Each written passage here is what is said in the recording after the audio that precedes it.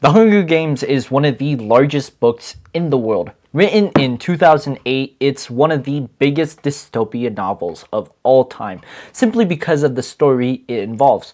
The plot is simple. We follow this young girl named Katniss Everdeen going through the trials that is District 12. In the life that is Panem, which is a dystopian version of the United States, it is a terrible environment made worse because of the Hunger Games, held annually every year. From there, we follow our characters that go on this path simply because she is brought into the games and the trials she has to go through because of this situation. Now, I want to bring this story up not only because it's from the thumbnail, but also because of the importance of good storytelling. Good books, once again, come in all forms and sizes, and The Hunger Games is no different than an average novel that tells how fiction can work. In both of these cases, we can see the importance of these books, the importance of their message, and what they're trying to convey to an audience. Now, in a similar case, 1984 by George Orwell is a completely sparse idea, and it's one of the most dystopian ideas that comes with storytelling. But I don't want to bring up books that are focused on negative outcomes. What I want to bring up is the importance of these books and why they matter so much in the first place. Good books come in all shapes and sizes, and with that in mind, we can help educate that fact and understand what makes a good book, so not only you can be more knowledgeable about the books, but also that you yourself can possibly become an author after this video. If you don't know me, I'm Arnel Arcega. I'm an author, writer, and educator to help people stay on track in the path of reading and writing. They're one of my all-time favorite crafts, and with the rise of AI and social media, it's best to stay diligent and knowledgeable of the things we can stay present on. I want to be present in the form of just reading and writing.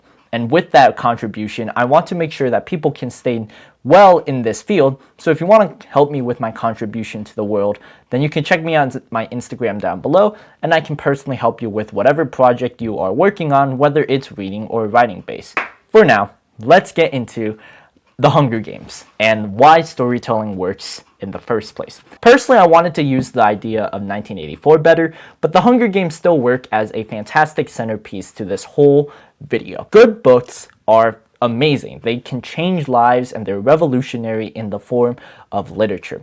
Books have existed for centuries. Our ancestors told stories, and then they eventually wrote those stories into the books we have in our hands now. Now, some of these can be real stories, as history shows, but a lot of more common books we see nowadays are fiction, and it's good to see this. Fiction is one of my all-time favorite crafts, and I love just the whole point of staying diligent on fiction stories. Fictional stories are great in sometimes escaping the world.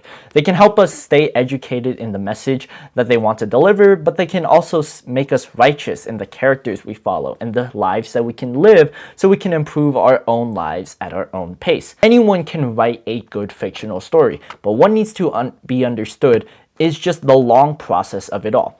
Going back to The Hunger Games by Suzanne Collins, it is one of the longest pieces that I've read that made me diligent of how the world can possibly turn out. With how negative a lot of information is seen on the internet, it's good to come to a video like this so you could be knowledgeable on the information we see. I love the process of just reading and why everyone should make a story similar to The Hunger Games. Now, it doesn't have to be something similarly dark, but it can be something that makes a good sense of narrative. Going back to the topic of today's video, what makes a good book good in the first place is not just from the characters involved or the good writing. It's the idea. It's the message. The message of your story is the centerpiece of it all. Whatever kind of story you're trying to write, whether it's a fictional story, a non-fictional story, or even just something original, it's the idea that comes with it. It's the idea of making something well worth someone's time. Whenever you're trying to make a product or trying to make something that you want to share out to the world, you want to do it in a manner that can give out knowledge to the people you want. Now, this can be done in an entertaining kind of way to make people joke and laugh, or it can be an effective kind of way in which you can help the people in the needs that they want to be desired. Now, this in the form of books can just be getting a time outside of phones, and books matter more now than ever before. With how frequent our technology is and how distracted we are, books are one of the best ways to stay consistent on this path. It doesn't have to be physical books in my hands, but it can be from stuff like Kindle or ebooks as we see online. A lot of that case is similar to me, and you can check out my own books after this video.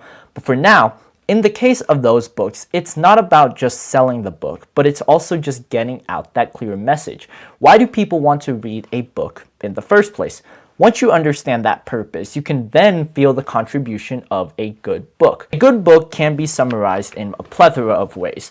AI, and if you ask anyone on the streets, can be told in that it's just a good time that can be read front to back. In the form of authors and writers, they want to say in an objective lens that a good book has good grammar, good writing, and a good pace that fulfills their need.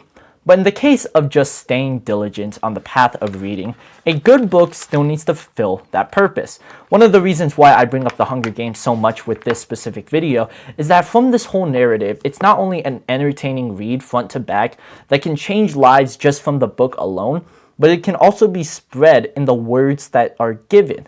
Sometimes the greatest things you will hear are a sentence or two, and you can get that in the thousands of sentences seen in the book. Now, as an author, I don't want to just hone in on another author's good work.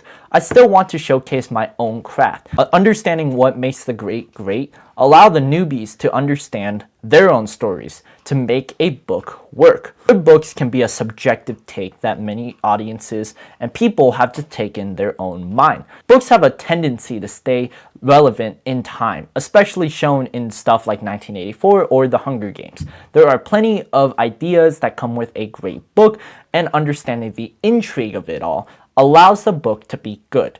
Now, when we look at the point of good, it can be either an objective or a subjective take.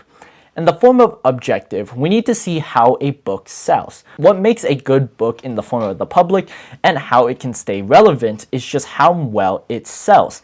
The progress and monetary gains that come with a book are fantastic, and a lot of the best-selling books of all time do this important job, such as How to Win Friends and Influence People or Atomic Habits. Again, in those cases, those are self-improvement based books. But in the form of fiction and literature, you could still tell something that's relatively effective while meaning well as an audience. You can tell something that's effective but still mean well to your audience, and as local writers, you can do something that can resonate with people.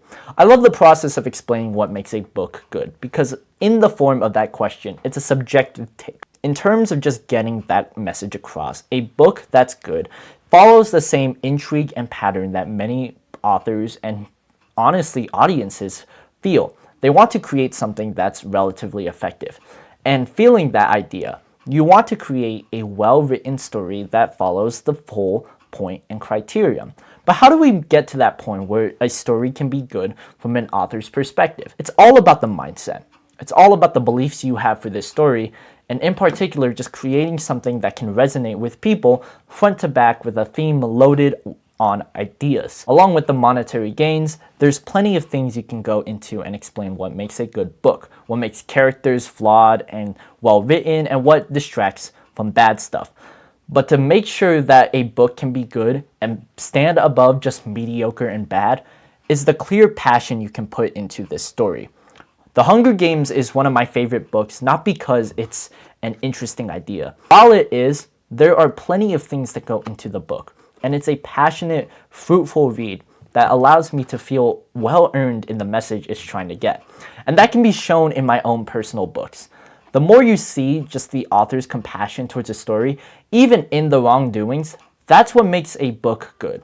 Even in the form of nonfiction and poetry books, you can see the author's grandiose ideas that can be developed in its message. It allows them to fulfill what they want while still getting to an audience heart. That's one of the best things a book can do. Not only does it save you time, but it can also give you back the energy you need with the simple words and phrases that come with it. Now, if you want to follow this path, you can either do two things. You can either get into writing and reading a lot more, or follow the path that I personally did, in which I just written my own book. My first book is called A Small World Smiles, and you can check it out after this video. But that's one of the clearest things that make a book fantastic. It's an amazing centerpiece that allows many authors and audiences to be well diverse in the knowledge we've seen. A lot of people, no matter how old you are, you could be 5 to 50, you could be reading books at any age, and it's a beautiful experience to stay consistent on. I hope you can take in the knowledge you have now, as a good book can be a subjective yet well diverse take. It could be something that many audiences will look into but stay put on, but it can also be something that gives you the creative motivation to write your own story. What you need to understand for both is that a good book can be objectively well and sell well, but it can also be well written and well versed in what you're trying to see. While books don't have the same critical acclaim that movies or TV shows do, they still matter in our day and age in which we live in a time of distraction. So I hope you can take that information in mind and stay consistent on the path of reading and writing so that you can not only make your own book, but you could also just create a better life story for everything and everyone around you.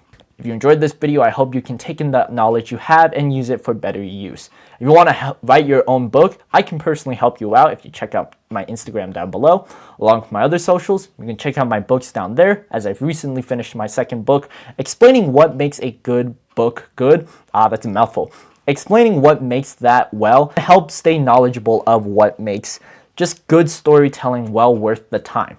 And in the case of Hunger Games or 1984, it doesn't have to be all so bad. Keep on reading, keep on writing, and until next time, take care.